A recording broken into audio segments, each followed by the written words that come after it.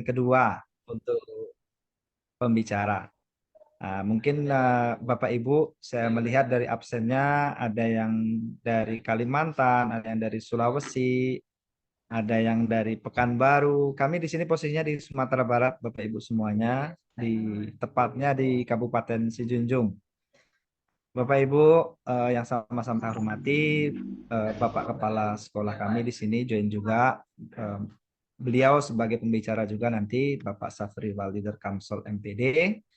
Kemudian kepada Bapak Ibu semuanya yang telah hadir, yang telah mendaftar melalui link yang sudah kita bagikan, yang sudah bergabung di Zoom meeting ini, maupun yang bergabung di live streaming yang kita bagikan di grup kita, Bapak Ibu semuanya.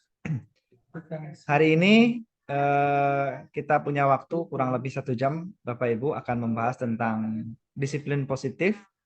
Dan pemateri pertama nanti Ibu Nur Azizah MPD. Beliau adalah guru matematika SMK Negeri 7 Sijunjung. Dan sudah lebih 20 tahun ya Bu Ezi ya mengajar. Dan mudah-mudahan ya nanti banyak ilmu yang bisa kita terima dari pengalaman beliau.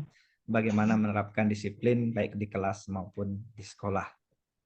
Oke Bapak Ibu, kita berganti share untuk PowerPoint-nya. Silakan Bu Ezi untuk share screen. Kita minta kepada Ibu Nur Azizah sebagai pembicara pertama dalam materi disiplin positif kita. Kepada Bu Nur Azizah kami persilakan.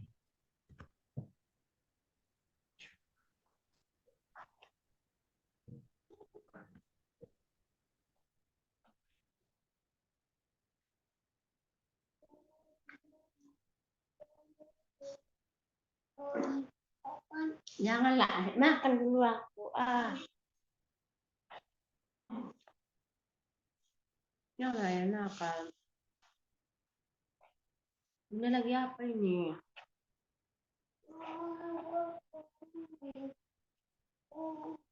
Suara Bu Ezi belum terdengar. Unmute Bu Ezi. Baiklah Bapak Ibu. Assalamualaikum warahmatullahi wabarakatuh. Alhamdulillah, berikan pada kita semua.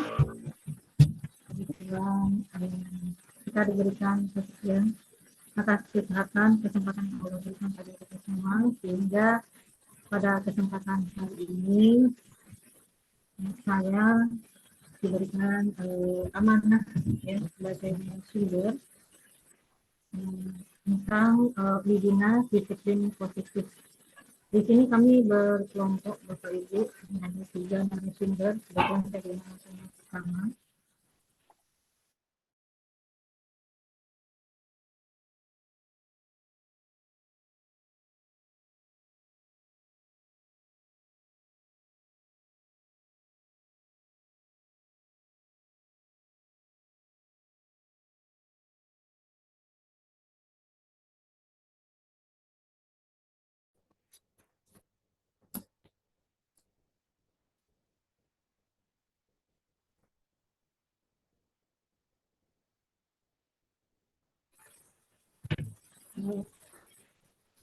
Nah, saya salah seorang guru di SMKN 7 Sijunjung, bidang studinya matematika, seperti yang sudah dipaparkan oleh Pak ini tadi.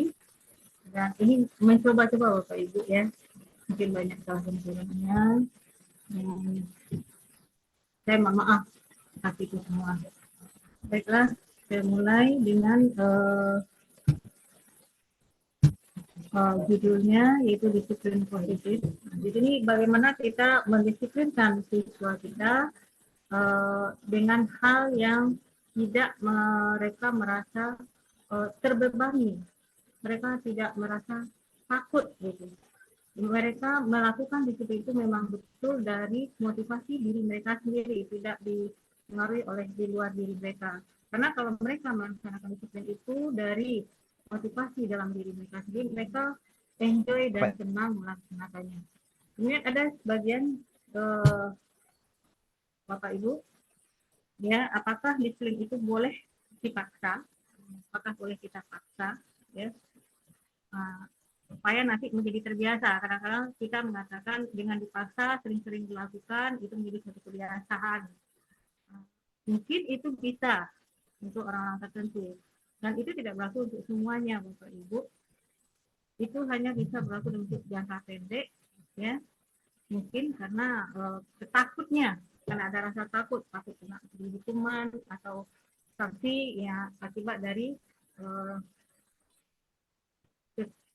sikap yang mereka lakukan. Apa efek jangka panjang kalau dipaksa untuk menegakkan disiplin ini? Itu perilaku dilakukan jika ada paksaan dari luar. Kemudian akan hilang ketertarikan ataupun antipati terhadap kegiatan yang dipaksakan. Dengan kemerdekaan berekspresi dan potensi anak menjadi terbatas. Jadi dengan dipaksa mereka itu tidak bisa berekspresi sesuai dengan kemampuan yang ada pada diri mereka. Diharapkan sebagai pendidik kita bisa menerapkan cara-cara yang lebih positif ketika meminta murid melakukan sesuatu tanpa harus memaksa. Di antaranya mengajak atau mendorong murid melakukan kegiatan yang mereka senangi, kemudian membantu murid menemukan inspirasinya, dan membuka ruang dialog dengan murid. Kemudian kita lihat ya motivasi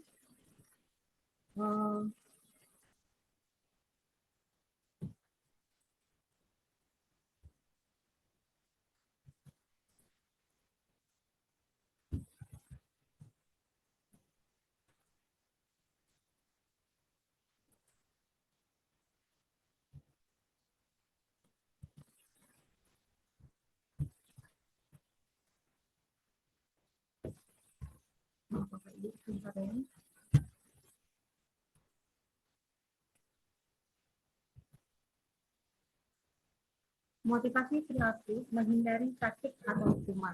Ini terbagi atas beberapa level, Bapak Ibu. Kita lihat level 1, ini menurut Dian Watson, itu ada 3 level. Kita coba lihat level pertama, yaitu motivasi perilaku menghindari sakit atau hukuman.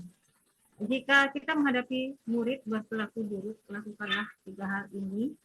Ya, yang pertama, jangan langsung menghakimi. Cobalah bicara dari hati ke hati. Maksudnya gini Bapak Ibu, misalnya siswa kita terlambat, dia sering terlambat, ya. Jadi kita tidak langsung menghukumi, memberi hukuman pada dia, tapi coba tanya, kenapa dia sampai terlambat? Dalam nada suara yang begitu lembut, sehingga mereka tidak ada rasa takut. Gitu. Kemudian yang kedua, jangan langsung menyela murid saat berbicara.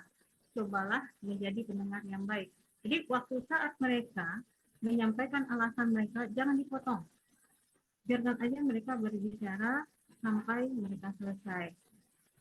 Kemudian yang ketiga, bimbing murid untuk memahami konsekuensi yang dia dapatkan saat berlaku seperti itu. Misalnya, karena tadi dia terlambat, terus dia sudah menyampaikan alasannya, kita bimbing mereka mencarikan solusinya. Ini yang hendaknya yang kita lakukan jika kita menghadapi murid yang berperilaku buruk. Jadi salah satu contohnya kalau sering terlambat, ya, mungkin bisa dikembangkan dengan masalah lainnya.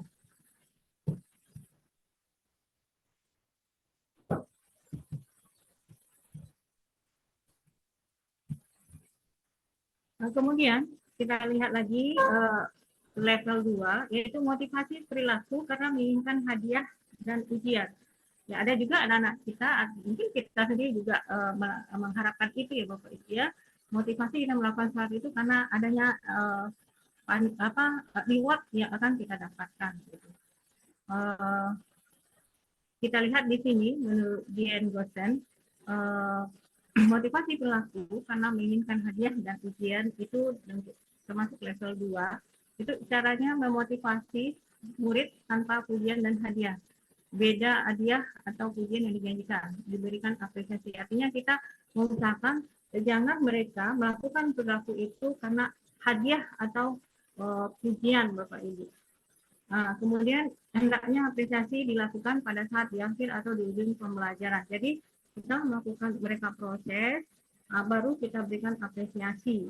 Jadi mereka betul-betul bekerja mengeluarkan potensi mereka, dan hasil mereka itulah baru kita apresiasikan. Kita beri rewardnya atau penegasan atau yang menyenangkan, pujian pada mereka gitu. Jadi tanpa mengiming-imingkan hadiah. Kadang-kadang kita kan juga sering ya, mungkin untuk Bapak Ibu yang ngajar di tingkat SD, kadang-kadang untuk supaya anak itu termotivasi, kita iming-imingkan dengan memberikan Nanda dapat ini, menyelesaikannya tepat waktu, dapat diberikan permen, misal. Ini contoh ya Bapak Ibu ya. Nah itu kalau bisa itu jangan kita kembangkan. Berikanlah mereka apresiasi setelah mereka melakukan sebuah perilaku yang baik.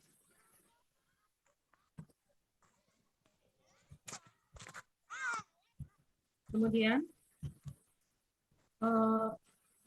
level 3-nya adalah motivasi perilaku menghargai diri. Untuk memunculkan motivasi internal, murid dapat menstimulasi dengan pertanyaan-pertanyaan berikut. Jadi supaya muncul motivasi internal murid kita, Bapak Ibu, mungkin bisa kita menggunakan semacam beberapa pertanyaan yang bisa mengeluarkan motivasi mereka.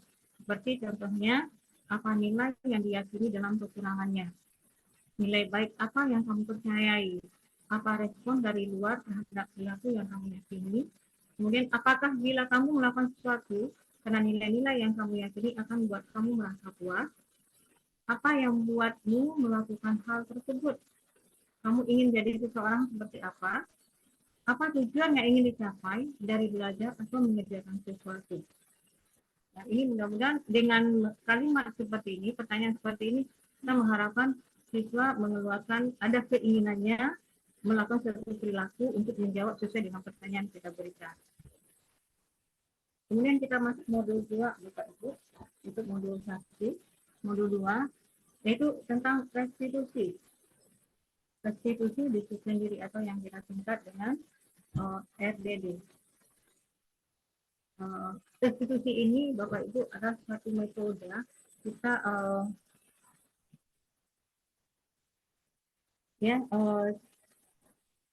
restitusi ini bertujuan adalah untuk lebih mengerti akan keberagaman sikap murid dalam setiap masalah yang dihadapi, sehingga dapat memilih cara terbaik dalam mendisiplinkan murid tanpa ada hukuman, penilaian sepihak atau celaan. Jadi ada 6 filosofi restitusi yang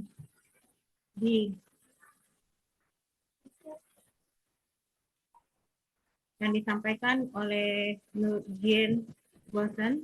Yang pertama, kesalahan adalah hal normal pada manusia karena manusia tidak ada yang sempurna. Setiap manusia mengetahui. Yang kedua, setiap manusia mengetahui jika dia berbuat salah. Yang ketiga, semakin dikritik akan membuat seseorang terpaku pada kesalahannya. Yang keempat, proses restitusi membuat individu lebih mudah menyelesaikan dan memperbaiki kesalahannya. Proses restitusi membuat seseorang lebih mudah dalam mencapai kesuksesannya dan lebih percaya diri serta terbuka pada dirinya dan juga orang lain. Individu yang mengerti restitusi akan mengetahui kalau kesalahan adalah hal yang biasa dalam kehidupannya. Langkah-langkah restitusi yang pertama itu adalah ciptakanlah suasana positif. Ya, yang kedua, ajak murid untuk berpikir dan menganalisis kesalahannya. Yang ketiga, beri ruang pada murid untuk memikirkan solusi terbaik. Di sini, Dian Gosen memberikan segitiga ya restitusi, itu ada sisi 1, sisi 2, dan sisi 3. Ya, sisi satunya itu tentang menstabilkan identitas. Maksudnya gini Bapak Ibu, misalnya anak kita ada masalah, ya, ada kesalahan. Contoh, misalnya mereka bermain bola di dalam kelas sehingga menyebabkan kaca di kelasnya pecah. Jadi kita sebagai seorang guru jangan langsung menghakimi gitu Bapak Ibu ya, tapi kita tanya begini, ya ada kegiatan apa? Oh, paling hobi ini ya. Terus ternyata kita juga boleh aja, tapi menurut kalian gimana ini kalau kondisinya seperti ini gitu, kacanya sampai pecah. Nah, jadi di sini kita mengajak anak-anak murid kita itu paham apa yang dilakukannya itu benar apa salah enggak gitu. Biarkan mereka yang menilai sendiri gitu. Kemudian sisi yang kedua, validasi tindakan yang salah. Jadi setelah kita tanya seperti itu, terus kondisi kelas kan tadi apa ya Bapak Ibu ya, kacau gitu ya, karena kaca juga pecah, bergerak gitu. Gimana menurutmu? Apa ini harus dibersihkan atau bagaimana menurut kalian? Jadi kita minta pendapat mereka gitu. Kemudian yang sisi yang ketiga, menanyakan keyakinan murid. Artinya di sini disuruh nanti dari tindakan yang mereka lakukan, mereka bisa mengambil satu kesimpulan ya, bahwa ternyata kalau main bola di kelas bisa menyebabkan akibat salah satunya kaca bisa pecah gitu. Kira-kira seperti itu Bapak Ibu. Kita lihat bahasan ya, salah satu sesi satu ini katanya menstabilkan identitas. Menstabilkan identitas anak dapat membantu dia menjadi tenang kembali dan suasana hatinya. Hal ini dapat membantu anak dalam menyelesaikan masalahnya. Dengan anak menjadi lebih aktif dalam belajar dan suasana kelas menjadi lebih hidup. Restitusi membuat anak menjadi pribadi yang berguna bagi orang lain dan bertanggung jawab atas masalah yang dihadapinya. Kalau sesi 2, validasi tindakan yang salah. Untuk mengajari murid kita memahami kebutuhan diri menurut Dian Gosen, kita harus mengajak serta melihat ke dalam diri mereka dan membaca apa yang mereka rasakan. Seperti pertanyaan berikut. Perasaan sedih dan kesepian yang menggambarkan kebutuhan cinta yang tidak terpenuhi. Jadi kalau kita tahu anak itu dalam kondisi sedih atau kesepian, berarti ada kebutuhan cinta yang tidak terpenuhi. Kemudian pernyataan kemarahan menandakan kebutuhan akan kekuatan, karena dia marah itu karena dia merasa dia tidak kuat. Kemudian yang ketiga, perasaan tertekan, sesak atau terbebani merupakan sinyal dari kebutuhan akan kebebasan. Dan perasaan negatif merupakan sinyal yang memberitahu bahwa ada kebutuhan diri yang butuh dipenuhi. Kemudian kita lihat sisi 3, menanyakan keyakinan. Nilai-nilai yang diyakini dapat berupa pertama, aspirasi sosok yang dikagumi oleh murid-murid ya. Bisa jadi begini Bapak Ibu, siswa kita mau dia melakukan itu karena ada satu tokoh yang melakukan perilaku itu menurut dia baik gitu. Jadi maka dia meniru perilaku yang dilakukan oleh tokoh tersebut. Kemudian keyakinan yang telah disetujui sebelumnya. Pada dasarnya manusia melakukan sesuatu karena termotivasi secara internal. Oleh karena itu penting bagi guru memahami latar belakang murid. Tujuan utama pada sisi ini untuk menuntun murid-murid memasuki kesadaran moralnya. Jadi dia melakukan itu betul-betul atas kesadarannya sendiri Bapak Ibu. Itulah sedikit paparan saya tentang dua modul dari disiplin positif. Mohon maaf dengan segala kekurangan, kami kembalikan ke moderator. Oke, Aziza. Bisa di stop screen-nya, Bu. Sebentar ya, Bapak Ibu.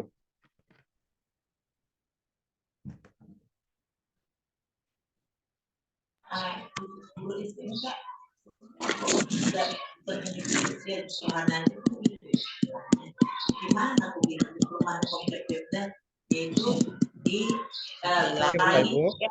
Kapelangi tanya ini kebetulan di situ juga perumahan itu kita ucapkan terima kasih kepada Ibu Nur Aziza yang sudah memberikan materinya kepada kita semuanya. Ya, semoga bermanfaat Bapak Ibu semuanya. Nah, gantian kami yang akan memberikan atau menambahkan materi terkait apa yang sudah disampaikan oleh Ibu Nur Aziza. Nah, kami di sini akan memberikan juga materi tentang disiplin positif pada modul yang lainnya Bapak Ibu semuanya. sudah bisa ya Bapak Ibu untuk melihat share screen dari kami. Bu Ezi sudah bisa melihat share screen dari kami? Sudah. Nah ini Bapak Ibu untuk disiplin positif yang akan kita bahas pada session ini itu adalah membahas tentang 5 posisi kontrol Dian Gosen dalam penerapan disiplin sekolah.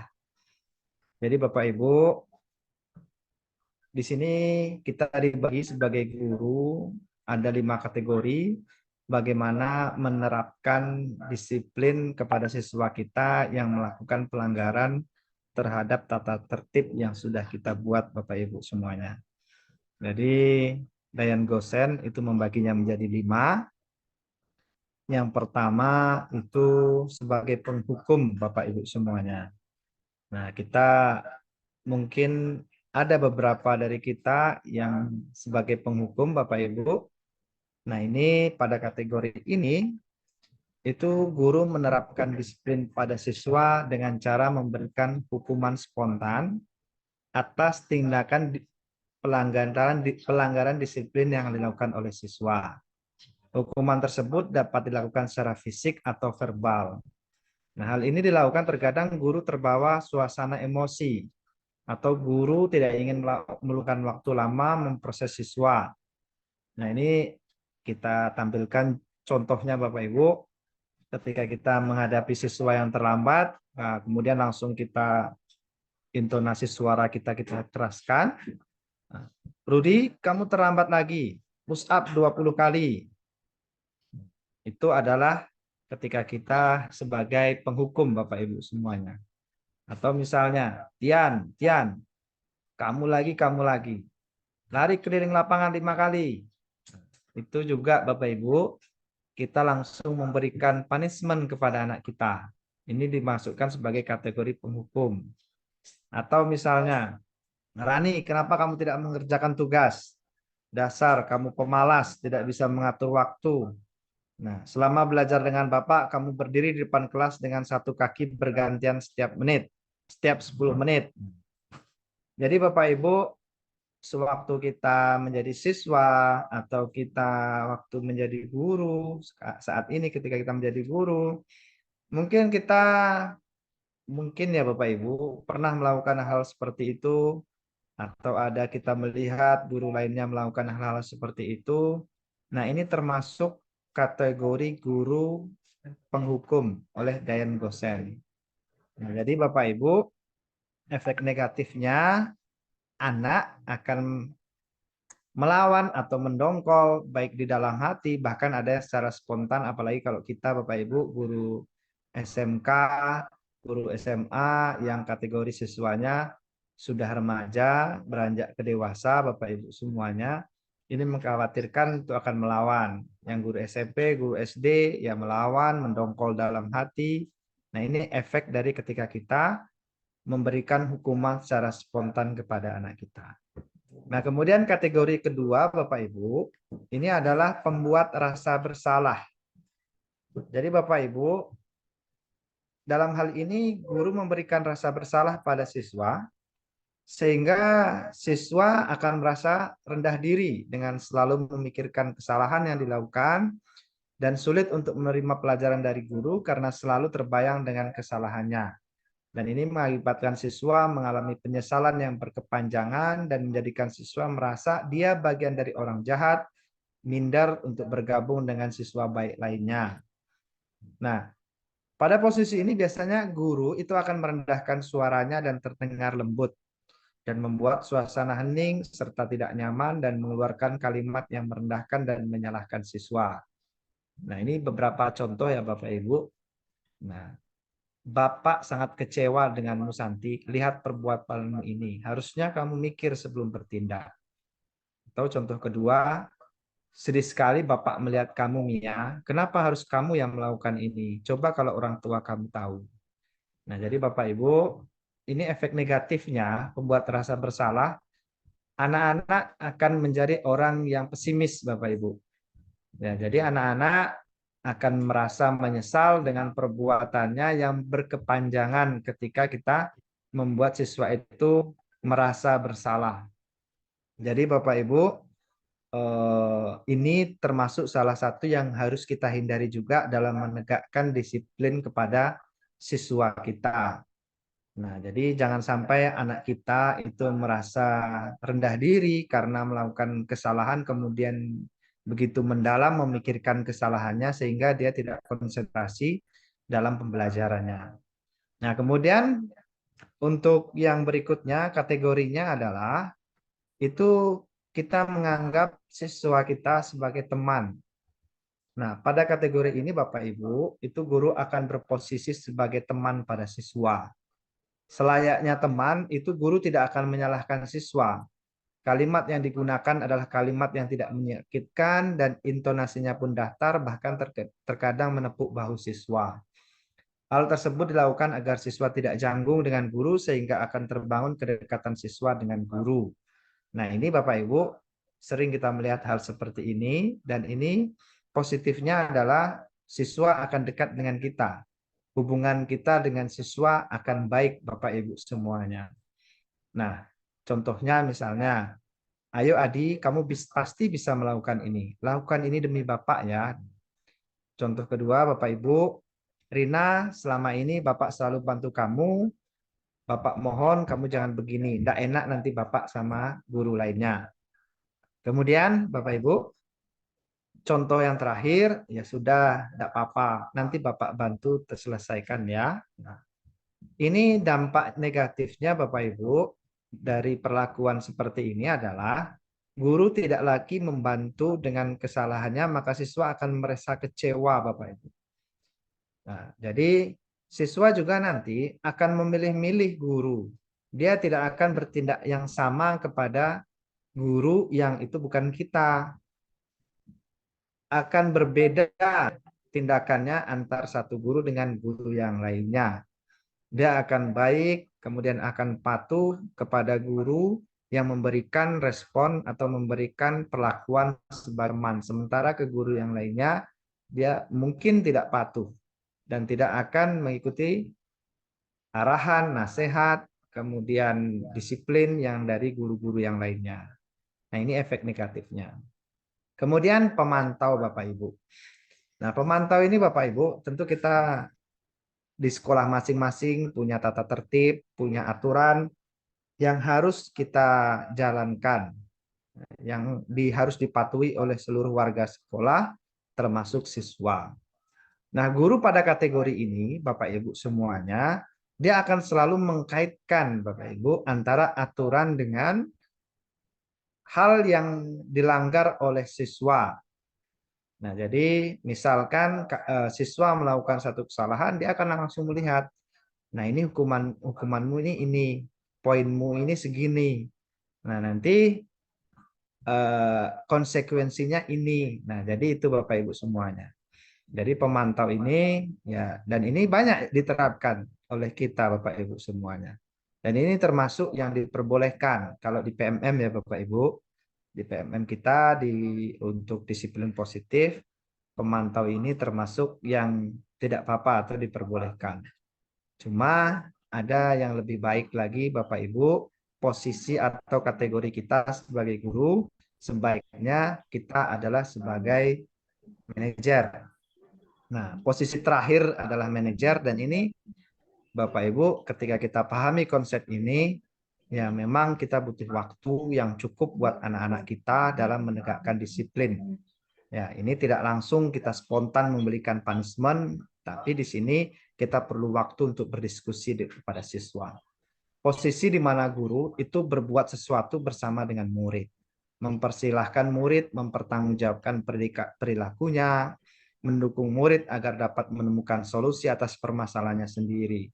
Jadi seorang manajer itu telah memiliki keterampilan di posisi teman maupun pemantau. Jadi dia bisa dekat kepada anak, tapi juga tidak mengabaikan kesalahan dari anak. Dan dengan demikian bisa jadi di waktu-waktu tertentu kembali kepada kedua posisi tersebut bila diperlukan. Namun bila kita menginginkan murid-murid kita menjadi manusia yang merdeka, mandiri dan bertanggung jawab, maka kita perlu mengacu kepada restitusi yang dapat menjadikan murid kita seorang manajer bagi dirinya sendiri. Di manajer, murid diajak untuk menganalisis kebutuhan dirinya maupun kebutuhan orang lain, Bapak Ibu semuanya. Di sini penekanan bukan pada kemampuan membuat konsekuensi, namun dapat berkolaborasi dengan murid bagaimana memperbaiki kesalahan yang ada.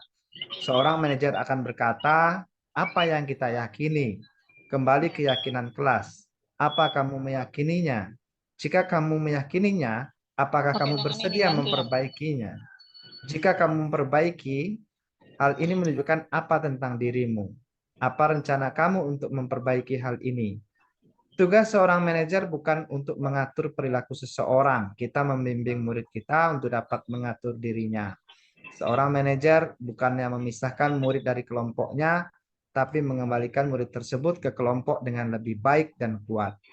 Nah, ini Bapak Ibu, kalau contoh di PMM yang Bapak Ibu juga sudah menyaksikan videonya, di mana ada seorang siswa misalkan berbuat salah di kelas, misalnya menendang bola, kemudian terkena atap atau terkena jendela, kemudian kita sebagai guru tidak langsung memberikan punishment.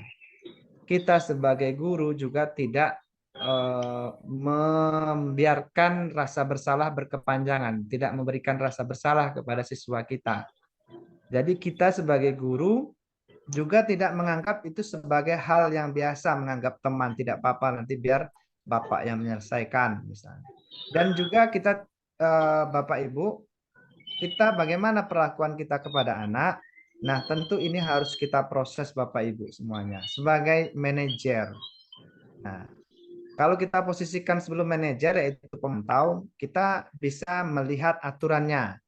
Ya, aturannya seperti apa dan kamu harusnya begini. Kalau misalnya jendela rusak, bagaimana aturannya? Jendelanya harus diperbaiki seperti itu. Atau atapnya bocor, atapnya harus diperbaiki. Kalau itu sebagai pemantau Bapak Ibu semuanya. Tapi bagaimana dengan posisi sebagai manajer Bapak Ibu semuanya? Kita akan memberikan waktu kepada anak untuk berpikir apakah dia menyadari kesalahannya atau tidak. Kemudian kita berikan waktu juga kepada anak apa yang harus dilakukan oleh anak tersebut untuk memperbaiki kesalahannya. Nah, kemudian kita akan membantunya dalam arti memberikan ide. Contoh misalnya kalau yang di PMM itu Bapak Ibu membantu untuk meyakinkan orang tua, karena misalnya dia takut bahwasanya nanti ketahuan orang tua, gurunya ikut memberikan meyakinkan orang tuanya untuk berbicara kepada orang tuanya bagaimana memperbaiki atap yang bocor tadi. Enggak, udah. Tetap jendela, atap itu harus diperbaiki, namun biarkan anak yang mengerti dari konsekuensi apa yang harus diambil oleh anak tersebut. Bukan kita yang mengarahkan. Kamu sudah merusak jendela, jendela kamu perbaiki, panggil tukang, kemudian perbaiki jendela itu. Tidak seperti itu Bapak Ibu. Itu sebagai pemantau, tapi kita tidak menyalahkan juga hal seperti itu. Cuman lebih baik biarkan anak yang mengerti, biarkan anak yang menyadari konsekuensi apa yang harus dilakukan oleh anak ketika sudah merusak jendela. Kita panggil, kita proses, kemudian kita berikan pengarahan yang baik kepada anak kita. Nah, kemudian nanti kita akan membantu, tapi membantunya bukan membiarkan hal tersebut tidak atau tanpa konsekuensi. Nah, jadi Bapak Ibu, bisa jadi dalam praktek penerapan disiplin sehari-hari kita akan kembali ke posisi teman atau pemantau karena murid yang ditangani belum siap diajak berdiskusi atau diundang melakukan restitusi. Namun perlu disadari tujuan dari 5 posisi kontrol seorang guru adalah pencapaian posisi manajer. Di mana di posisi inilah murid dapat menjadi pribadi yang mandiri, merdeka dan bertanggung jawab atas segala perilaku dan sikapnya yang pada akhirnya dapat menciptakan lingkungan yang positif, nyaman, dan aman Bapak Ibu semuanya. Siswa akan kembali kepada lingkungannya, kepada kelasnya, itu dengan tanpa merasa bersalah, nah, karena sudah bertanggung jawab atas kesalahan yang dilakukannya. Nah, itu Bapak Ibu tujuan dari penerapan disiplin positif ini kepada anak-anak, di mana Dan Gosen itu menempatkan kita sebagai guru menjadi 5 posisi kita. Nah, saya yakin Bapak Ibu semuanya sudah bisa untuk bisa menjadi manajer bagi anak-anak kita di sekolah, sudah bisa menerapkan ini semuanya. Dan Bapak Ibu, untuk sesi saya itu sudah selesai Bapak Ibu sampai di 5 posisi kontrol ini. Nah, selanjutnya nanti akan dilanjutkan oleh Bapak sekolah kami yang terhormat Tunggu sedikit lagi. Bapak Safriwal Leader Kamsol MPD yang kedepannya akan memberikan materi kepada kita semuanya. Dan nanti Bapak Ibu untuk pertanyaan dan lain sebagainya kurang lebih waktu kita berikan 5 menit nanti. Nah, terima kasih atas perhatian Bapak Ibu semuanya. Saya yakin banyak salah dari kami. Mohon maaf jika ada kesalahan. Kita lanjutkan kepada pemateri berikutnya. Assalamualaikum warahmatullahi wabarakatuh. Waalaikumsalam. Oke, Pak Wal, silakan Pak untuk share screen-nya. Terima Kami kasih. stop dulu. Oke, terima kasih Pak Ibnu. Iya. Assalamualaikum warahmatullahi wabarakatuh. Selamat siang pada guru-guru hebat semuanya yang berasal dari berbagai provinsi. Yang kami juga merasa tersanjung karena banyaknya peserta dalam webinar ini. Baik Bapak Ibu, saya perkenalan dulu. Nama saya Safriwal Leader Kamsol MPD. Menjadi kepala sekolah di SMK 7 Sijunjung ini sejak Desember 2022. Yang sebelumnya saya berdinas di SMK 6 Sijunjung. Di sekolah kita ini mempunyai 4 konsentrasi. Yang pertama itu teknik komputer jaringan, kemudian multimedia, kuliner atau tata boga, dan terakhir adalah teknik sepeda motor. Nah, Bapak Ibu, yang menjadi pemateri pertama tadi adalah Bu Nur Azizah. Beliau adalah mantan PLT juga di sekolah ini, kemudian wakil kurikulum. Kemudian yang kedua adalah Pak Ibnu Sudarmadi. Beliau juga adalah seorang wakil kepala sekolah bidang humas. Baik Pak Ibu, berbicara tentang disiplin, ini rasanya bukan hal baru lagi bagi kita. Karena bagaimanapun dalam tatanan kehidupan ini, disiplin itu memang harus dijaga, memang harus ditegakkan, agar tujuan kita yang ingin kita yang mau kita raih itu betul-betul tercapai dengan maksimal. Nah, di sini kita agak sulit memisahkan antara mana sih yang disiplin positif dan mana sih yang disiplin yang biasa kita terapkan. Bagi rekan-rekan majelis guru, bagi yang kelahiran atau masa-masa 80-an atau 70-an, mungkin masalah disiplin ini dengan sekarang itu agak merasa canggung gitu, berbeda. Kalau dahulu kita tidak merasa aneh jika penghapus papan itu terbang. Tidak merasa aneh jika roll kayu yang 1 meter itu patah di telapak tangan.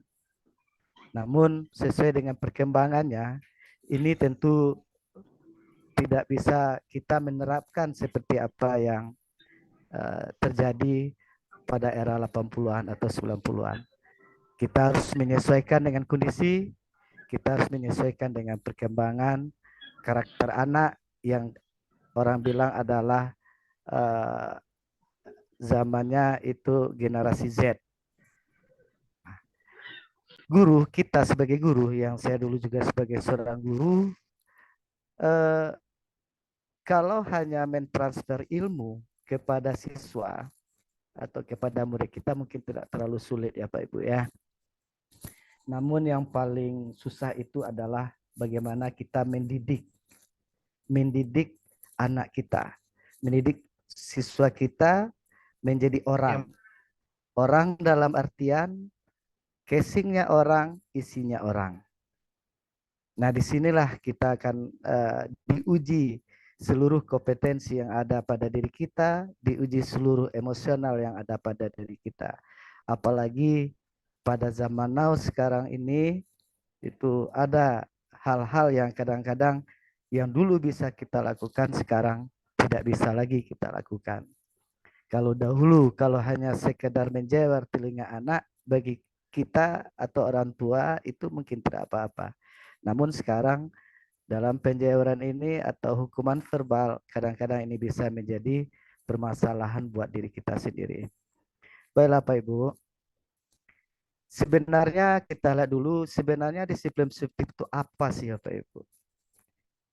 Jadi disiplin positif itu sebenarnya adalah pendekatan untuk menerapkan disiplin yang muncul dari diri dalam anak itu sendiri, tanpa adanya ancaman hukuman atau imbalan hadiah. Berarti kesadaran dari dia sendiri yang akan kita munculkan keluar. Bagaimana kita menyadarkan anak, dia sendiri yang memahami. Bisa kita contohkan umpamanya di dalam satu keluarga, dalam sesi makan malam lah umpamanya. Maaf bagi yang muslim, mungkin orang tuanya sholat dulu, anaknya sholat dulu, kemudian disuruh anaknya duduk, yang mungkin ada yang belum sholat. Orang tua berpesan seperti ini, nanti kita makan bareng ya, sama papa, sama mama, atau sama ayah, sama ibu. Nah, tunggu sholat sebentar ya. Nah, diibaratkanlah kita punya 3 anak. 3 anak ini, dia akan dilihat bagaimana disiplin positif yang ada dalam dirinya untuk mengikuti atau memahami apa yang disampaikan orang tuanya. Apakah anak ini ada yang langsung makan atau ada anak itu yang memang menunggu orang tuanya dulu. Jika anak tersebut ada yang mau menunggu makan, berarti sudah ada disiplin positif dalam diri dia atas kesadaran instruksi atau permintaan dari orang tua. Namun bisa saja ada anak yang tidak sabaran, yang tidak mau dia langsung makan. Nah, ini disiplin positif pada diri anak ini mungkin belum terbentuk dengan baik. Nah, kemudian disiplin positif ini tentu memang harus kita terapkan di sekolah. Dalam artian, walaupun tidak ada kekerasan, tentu saja tidak harus mengabaikan atau kebablasan dengan mengabaikan peraturan sekolah. Karena bagaimanapun di suatu organisasi kalau tidak ada aturan, tentu hal ini organisasinya akan semeraut nanti. Namun demikian, antara guru, kepala sekolah, dan stakeholder di sekolah terhadap siswa sebaiknya berperilaku bagaimana menerapkan disiplin positif. Namun jangan lupa Bapak-bapak, Ibu-ibu, rekan-rekan semua, sebelum kita menerapkan disiplin positif kepada anak, tentu saja kita harus memberi contoh kepada anak kita bagaimana sih disiplin positif itu yang dilihatkan langsung oleh kepala sekolah, yang dilihatkan oleh wakil, yang dilihatkan oleh bagi SMK itu mungkin ketua jurusan atau kepala program atau dari guru. Kita mengajak anak kita disiplin tepat waktu, tentu kita dulu yang melakukannya. Kalau tidak, nanti gimana kita mau ngomong, mau menyampaikan kepada anak, kalian harus begini, sesuaikan seperti ini. Sementara kita sendiri tidak melakukannya dengan maksimal. Kemudian Pak Ibu, kita lihat, ini ada disiplin yang biasa dilakukan di sekolah, ada ini disiplin positif. Kita lihat contoh. Kalau disiplin biasa, itu kendalinya eksternal, sesuai dengan aturan-aturan yang berlaku yang dibuat oleh tata tertib sekolah itu sendiri. Artinya, ada pemaksaan dari luar diri anak agar anak melakukan yang sesuai dengan aturannya. Sementara yang disiplin positif itu diminta adalah kendali itu langsung dari diri anak itu sendiri. Kita contoh juga umpamanya di dalam kelas. Bisa saja di saat mengajar, guru ingin pergi ke toilet atau ada sesuatu yang harus diambilnya atau diselesaikannya di kantor, kemudian gurunya berpesan, anak-anak, ibu atau bapak ke kantor sebentar, ada sesuatu yang mau Pak ambil atau apa, tidak ada yang ribut, tidak ada yang ini, bikin segala macam.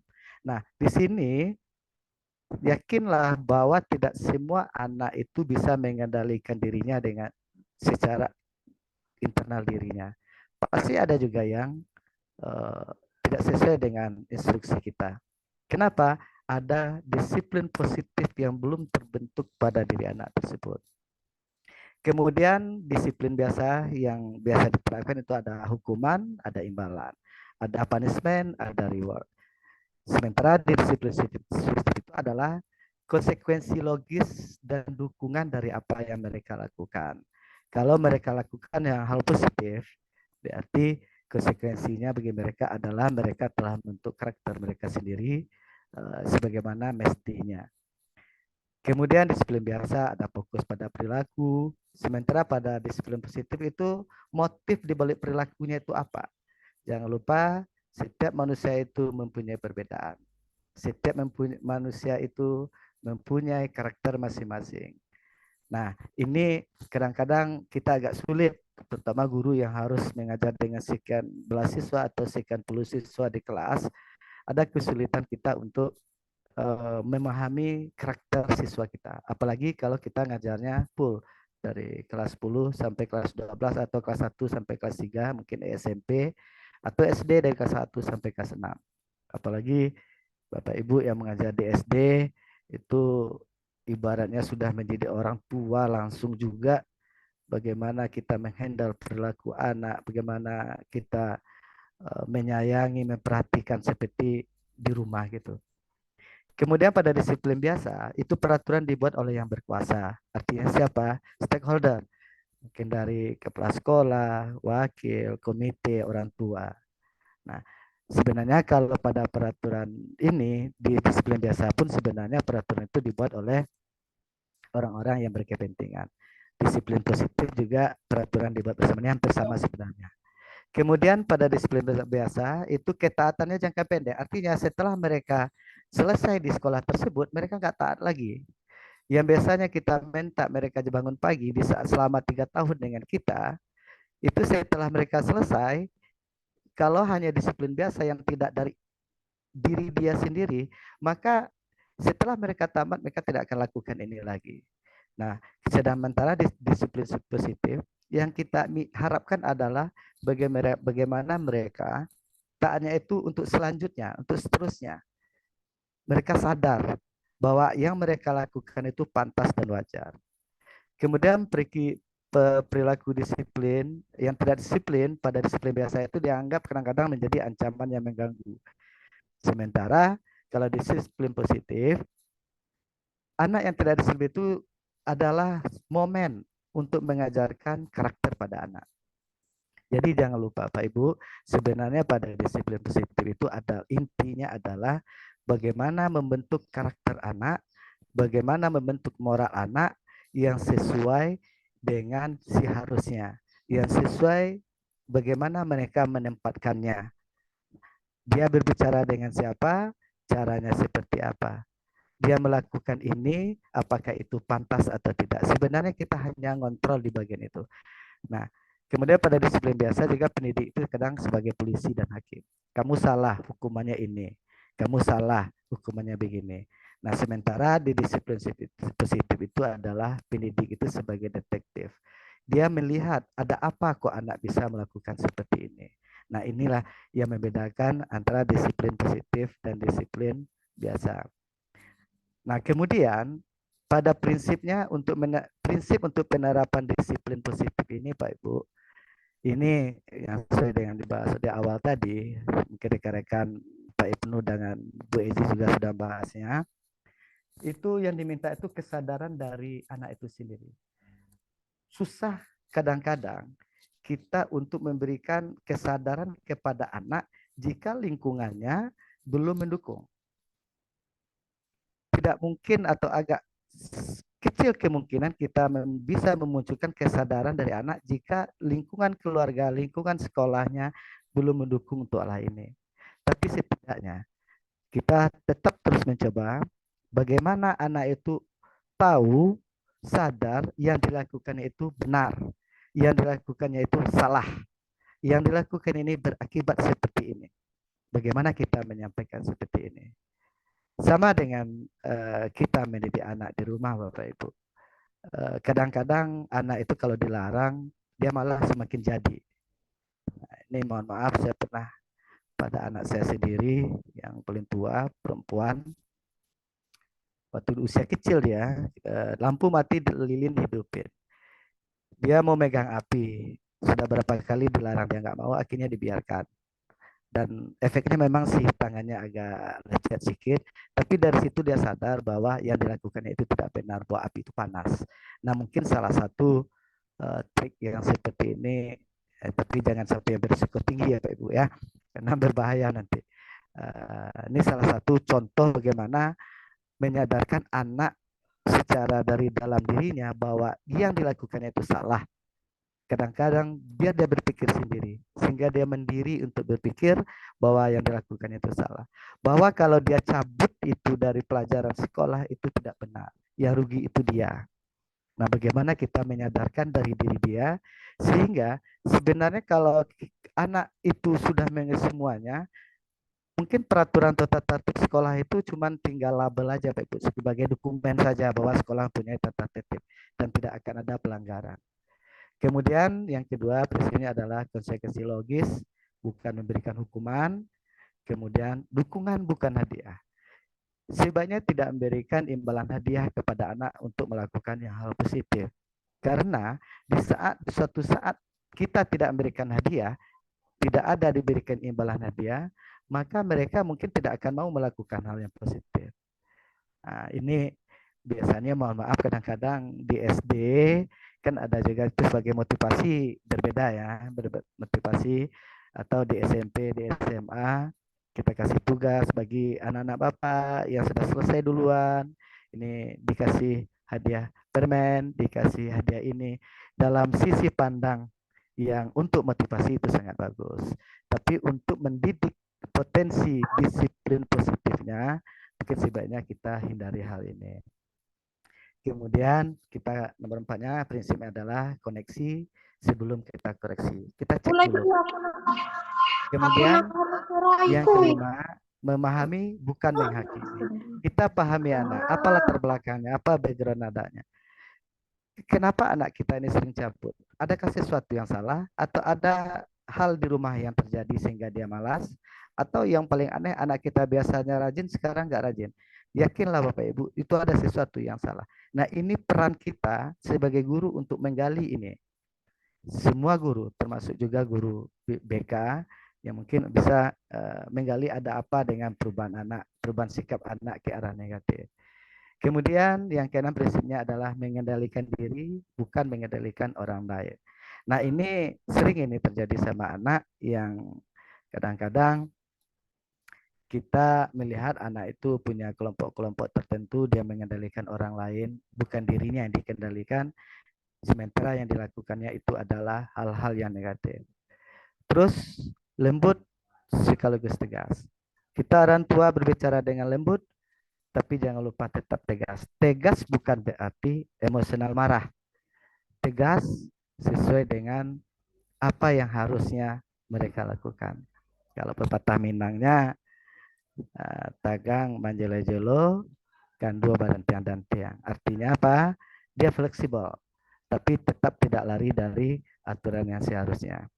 Nah, bisakah kita guru untuk menerapkan ini semua? Sebenarnya bisa Pak Ibu. Cuma kadang-kadang mungkin maksimalnya kita yang tidak bisa karena harus mengajar, harus gini atau apa. Nah, untuk itu sekolah itu sebaiknya ada punya tim untuk disiplin positif yang akan menerapkan itu semua, dan harus ada komitmen dari seluruh keluarga sekolah, mulai dari kepala sekolah sampai ke guru, orang tua, komite, untuk sama-sama berkomitmen untuk menegakkan atau menjalankan disiplin positif. Karena disiplin positif menekankan pada tanggung jawab pada anak, tanggung jawab peserta didik, dan perilakunya terhadap penilaian diri serta kepercayaan, mampu mengembangkan dan memahami bagaimana perilaku yang pantas. Jadi arahnya ini memang ke karakter, ke perilaku, ke moral, ke adab dan segala macam. Apalagi adab itu di atas ilmu, Bapak Ibu. Jadi kembangkan, mari kita jalankan bagaimana pada anak-anak kita ini bisa diterapkan disiplin positif semaksimal yang kita bisa dulu. Kemudian Bapak Ibu, sebenarnya kalau kita lihat alur dari suatu permasalahan itu adalah ada kasus atau masalah, kemudian kita diproses mungkin oleh guru mapel atau guru BK atau pada siapa permasalahan itu terjadi. Ini secara umum seperti ini Pak Ibu ya. Kalau kasus tersebut permasalahan yang dibuat anak itu ringan atau sedang, ini biasanya dilakukan pembinaan atau nasihat. Kemudian siapa yang melakukannya? Kita lihat dia dengan siapa melakukan hal itu. Kalau dia pada guru mapel, bisa guru mapel. Atau guru mapel nanti mapernya ke guru BK atau kepada wali kelasnya. Atau barangkali udah bisa langsung dengan OKASIS. Ini kan diagram biasa pada suatu permasalahan yang muncul di skala. Namun apabila melalui proses tersebut, itu anak melakukan pelanggaran berat, tentu kita tidak bisa melakukan disiplin positif yang hanya diberikan nasihat-nasihat. Contohnya apabila sudah melakukan pembulian berat, membuat orang lain cedera bahkan meninggal dunia, tentu tidak bisa lagi dengan memberikan nasihat disuruh berpikir, tentu nggak kayak gitu lagi. Kita harus perginya ke ranah yang sesuai dengan yang seharusnya. Nah, kalau dia berat, tentu disesuaikan dengan tata tertib yang sudah disepakati. Nah, di sini untuk memprosesnya atau menindaklanjutinya biasanya itu melibatkan kepada wakil kesiswaan, komite, kemudian orang tua atau wali murid anak itu sendiri, bisa masuk guru BK juga, kemudian kepala sekolah. Karena hal yang sudah dilakukan merupakan umpamanya pada kriminalitas, tentu sekolah tidak bisa lagi dia hanya memberikan disiplin positif dengan memberikan nasihat-nasihat, tentu disesuaikan dengan aturan sebenarnya. Namun untuk permasalahan ringan atau sedang, ini sangat besar kemungkinan dan bisa kita laksanakan untuk melakukan disiplin positif terhadap diri anak. Namun jangan lupa Pak Ibu bahwa disiplin positif harus didukung oleh seluruh keluarga besar sekolah itu sendiri. Kita di SMK 7 Setunjung untuk penerapan disiplin positif memang belum semaksimal yang diharapkan. Namun ini untuk beberapa guru mata pelajaran ataupun BK sudah melakukannya sesuai dengan proses yang seharusnya, walaupun masih ada dilakukan punishment tertentu yang ya kadang-kadang, apalagi kami di daerah Bapak Ibu, ini termasuk di Kabupaten Setunjung, ini termasuk kabupaten bukan kota, jadi ada permasalahan-permasalahan yang kadang di luar kendali kita untuk bagaimana memberikan disiplin positif terhadap anak-anak kita di sekolah. Jadi Pak Ibu, karena ini webinar ini adalah webinar pembuka, mungkin yang kami sampaikan dulu adalah secara umum saja. Nanti pada minggu depan kita akan lebih kupas, lebih mendalam tentang disiplin positif terhadap anak. Mungkin nanti dengan memberikan beberapa contoh video-video atau kejadian-kejadian yang telah terjadi di suatu instansi terutama di sekolah.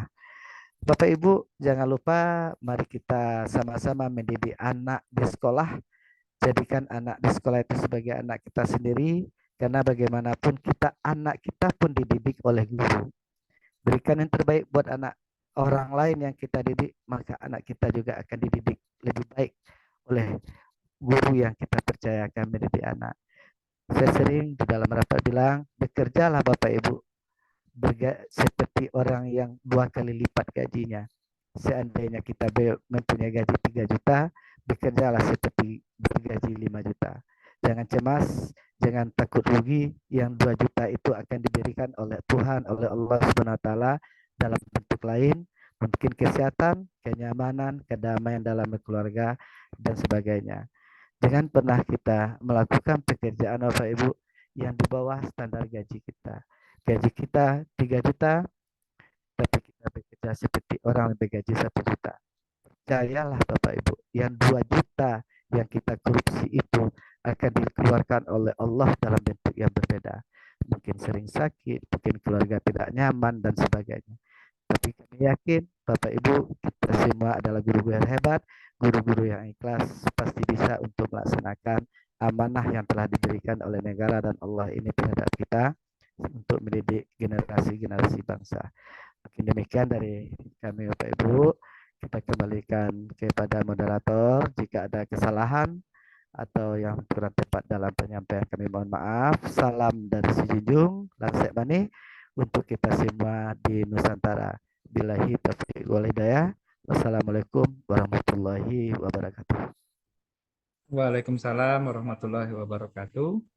Kita ucapkan terima kasih yang sebesar-besarnya kepada Bapak Safriwal Leader Kamsol MPD yang telah memberikan ilmunya, sharing ilmunya kepada kita semuanya.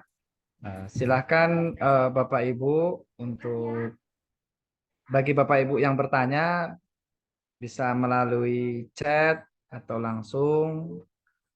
Kemudian kita perkenalkan terlebih dahulu untuk host kita, itu Bu Kurniati Situngkir SPD. Bisa panggilkan Bu Ezi. Untuk sebentar Bapak Ibu kita unmute dulu. Apakah Bapak Ibu bisa unmute bagi yang mau bertanya? Sebentar. Tes, bisa Pak?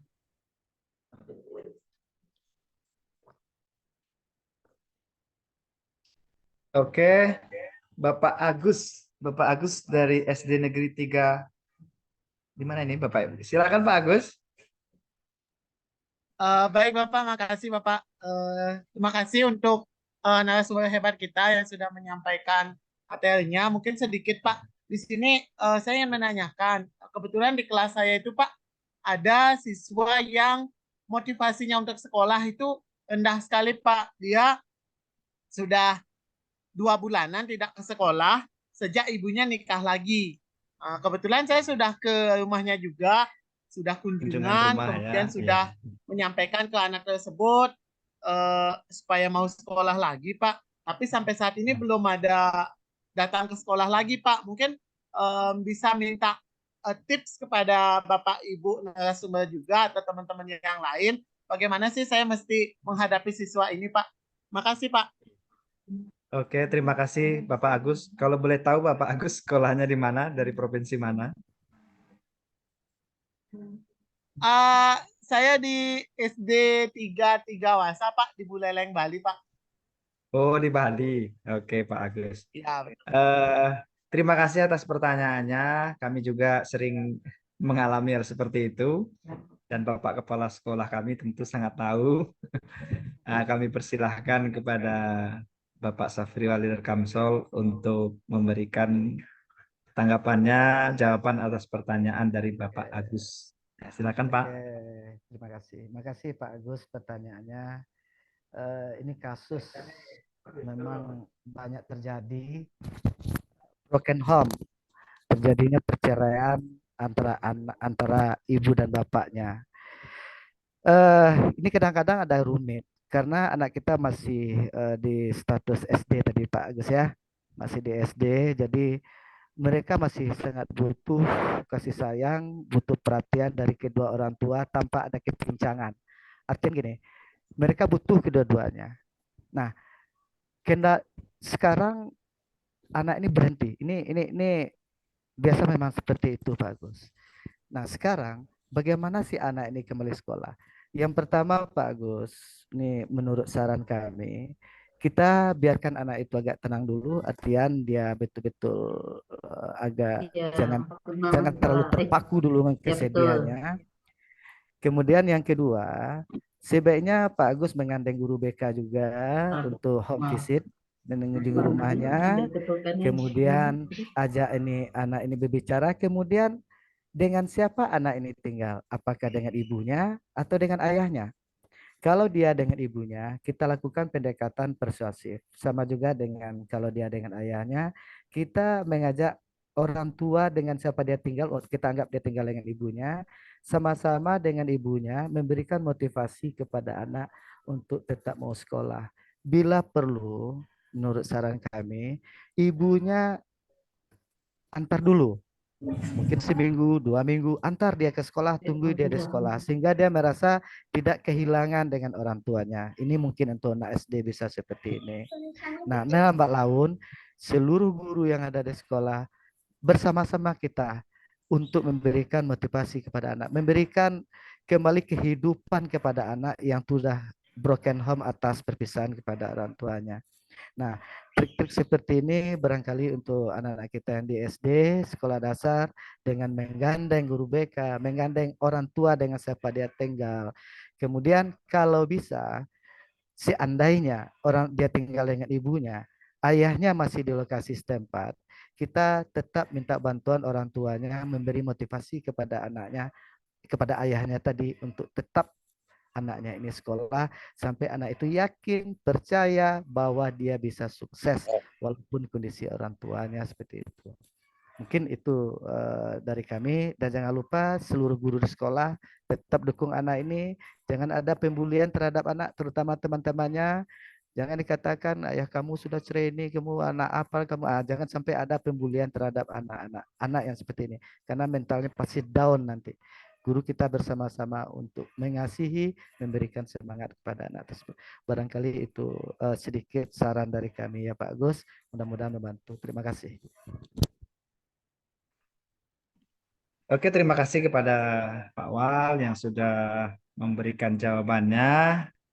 Kemudian Bapak Ibu, bagi yang ingin bertanya yang lainnya, kita keep dulu ya Bapak Ibu, kita simpan dulu karena masih ada untuk sesi berikutnya minggu depan.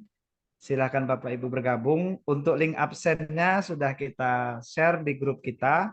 Bagi Bapak Ibu yang belum bisa masuk ke grup karena penuh, Bapak Ibu mohon maaf karena kemarin kita masih pakai grup WhatsApp. Insya Allah untuk kedepannya kita akan pakai grup Telegram yang mampu menampung kapasitas lebih besar lagi. Karena di sini ada banyak keluhan dari Bapak Ibu Di mana tidak tuh? bisa. Ya, karena Bapak Ibu tidak bisa absen atau tidak bisa masuk grup, keluhan dan lain sebagainya. Silahkan Bapak Ibu nanti join untuk yang sesi 2 sudah ada, kita masukkan di komunitas kita Bapak Ibu. Nanti saya akan share kembali di grup kita. Kalau tidak ada yang di grup, nanti kita akan bikinkan untuk yang lebih besar lagi kapasitasnya. Jangan lupa foto bersamanya Pak Ep. Foto bersamanya. Sudah di screenshot Pak dan sudah ya. Sudah kita screenshot dan sudah kita rekam. Rekaman ini nanti kita akan unggah di YouTube streaming kita, YouTube kita, Bapak Ibu. Sudah ada YouTube kita, link YouTube-nya. Nanti Bapak Ibu bisa melihat video kita. Nanti akan kita unggah setelah ini. Kemudian sertifikat Bapak Ibu akan kita bagikan nanti seluruhnya yang telah mendaftar, kita akan buatkan sertifikatnya Bapak Ibu semuanya. Dan kedepannya kita akan berdiskusi kembali bagaimana kelanjutan dari webinar kita, komunitas belajar kita. Semoga ini akan membantu kita semuanya untuk lebih baik, meningkatkan kompetensi kita, meningkatkan skill kita, dan bagaimana agar kualitas pembelajaran kita yang kita berikan kepada anak-anak kita akan selalu meningkat. Mohon maaf Bapak Ibu semuanya jika ada kekurangan pada penyampaian kami. Mungkin ada yang salah dalam penyampaian kami mohon maaf yang sebesar-besarnya. Terima kasih sudah join kepada grup komunitas kami. Kita akhiri dengan baca hamdalah bersama-sama. Alhamdulillahirrahmanirrahim. Assalamualaikum warahmatullahi wabarakatuh. Waalaikumsalam warahmatullahi wabarakatuh.